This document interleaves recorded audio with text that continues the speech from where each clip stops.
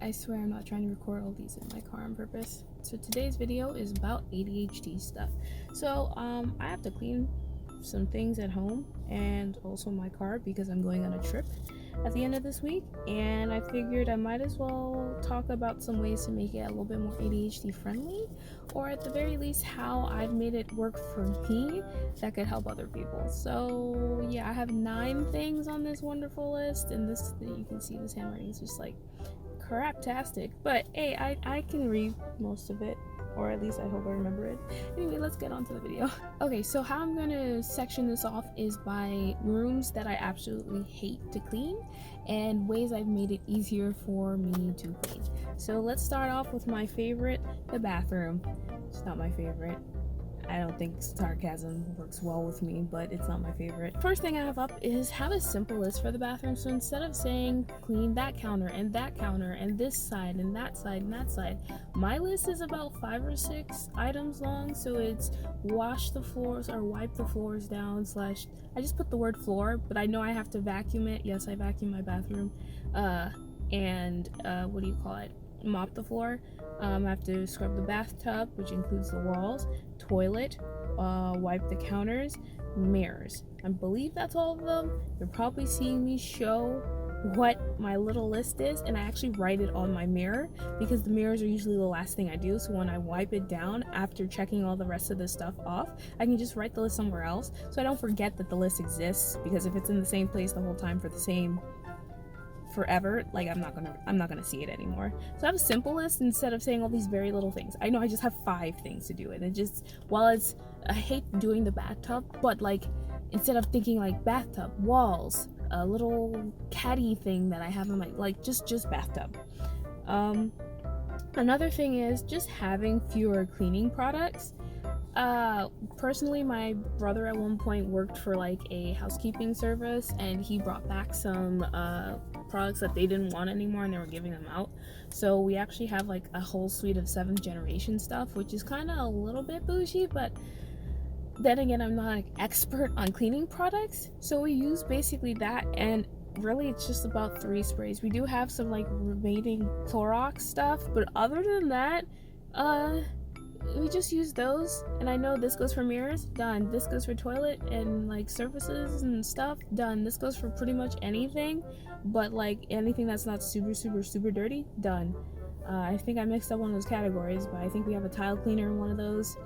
Whatever. And the last thing for the bathroom is, oh my gosh, get a magic eraser. I think it's like Mr. Clean or something. Current one we're using has like Febreze lavender, which I'm not exactly a fan of, but oh my gosh, that makes cleaning the bathtub so much easier. I do advise, personally, I feel like it's either probably the material of our bathtub is cheap or something, but do use it with actual cleaning products. Don't just wet it, squeeze it, bubbles, so there must be cleaning stuff in there. Yeah, sure, maybe, but like I find my bathtub stays cleaner longer when I actually use like bleach or some type of other cleaning agent in general, because it's like, yeah, I'm just rubbing the dirt off, but what about like actually sanitizing it, you know? So and there's that. Toilet's pretty easy, so those are pretty much, yeah, those are out of all the things I can think of, because mopping, I hate it, but like it's an easy thing to do to just finish off the room. But those are the 3 things for bathroom that I find helps me out. Bedroom, the place I have to sleep.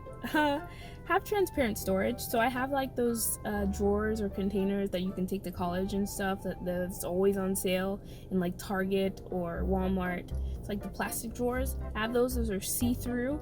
So that way I can see like, oh, all my hair stuff is in there, all my camera stuff is down there, and that kind of stuff. Otherwise, I won't know where anything is. Like, I don't really remember what's in my IKEA drawer, but I think it's important. I think like my car loan information is there. Stuff I don't want to look at all the time, I put in there, but stuff I know I'm going to need to come in and out of stuff, I put in transparent stuff. So that way you don't really even have to think about it. It's like, oh, I see shirts over there.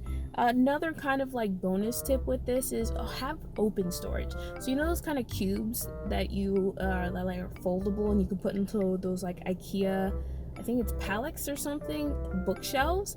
I have those as my drawers in my closet. I'll show you what I mean, like it's probably on the screen right now, but that's my that's where I put my clothes. I downsized by doing KonMari, and honestly, all I do when I'm doing my laundry and I finish off, like instead of like packing it up like normally, I just toss the thing. So I'm learning how to throw, but also at the same time I get my laundry out of the way. Not to say I get my laundry, like sometimes my laundry will be inside the laundry basket for like weeks on end, but at least I've crushed the barrier of like, hey, they have to go inside this drawer that I can't see. I can see shirts sticking out of there, and I'm not trying to like fold them or anything. I tried that was a hot mess. So like, yeah, KonMari, I love your folding, but like that won't work for this. So try to make it easy access for your clothes also, so when you're putting them away, it's just less of a mess. Have less stuff. Like I was going on with the last tip, just me having less stuff, or the last bonus tip, having less stuff just makes it so much easier. I downsized from like having over 100 pieces of items to like less than 50 if I'm remembering correctly, and that helped so much in the fact that like with my spacey Honda Fit, I can essentially move my entire room by myself without having to worry with my mom. My mom has a crap ton of stuff, and I'm not gonna worry about that. Why is it raining now when they said it wasn't gonna rain? Should I close my top? I don't think I should close my top. Let's wing it. And last but not least, I personally don't use this, but I do know someone who does. Labels for your items. So kind of like with the translucent storage, you want to definitely put labels so you know where stuff is. So like I could definitely put a label on my IKEA desk and say important items here. Obviously I don't want to do that in case like someone robs me or something, but like at least I know where it is for sure. So that will definitely help in also like figuring out where does stuff go, because if it's already written there, you already know what to put there. It'll help with the cleaning process, but then also when you're not cleaning, you already know it's supposed to go there, so you don't have to, it's easier to put back. You're reducing that wall that you have to climb in order to put it back. Because I mean, we gotta praise the moments that you do it sometimes. There we go. Got some lighting, and I'll stay dry.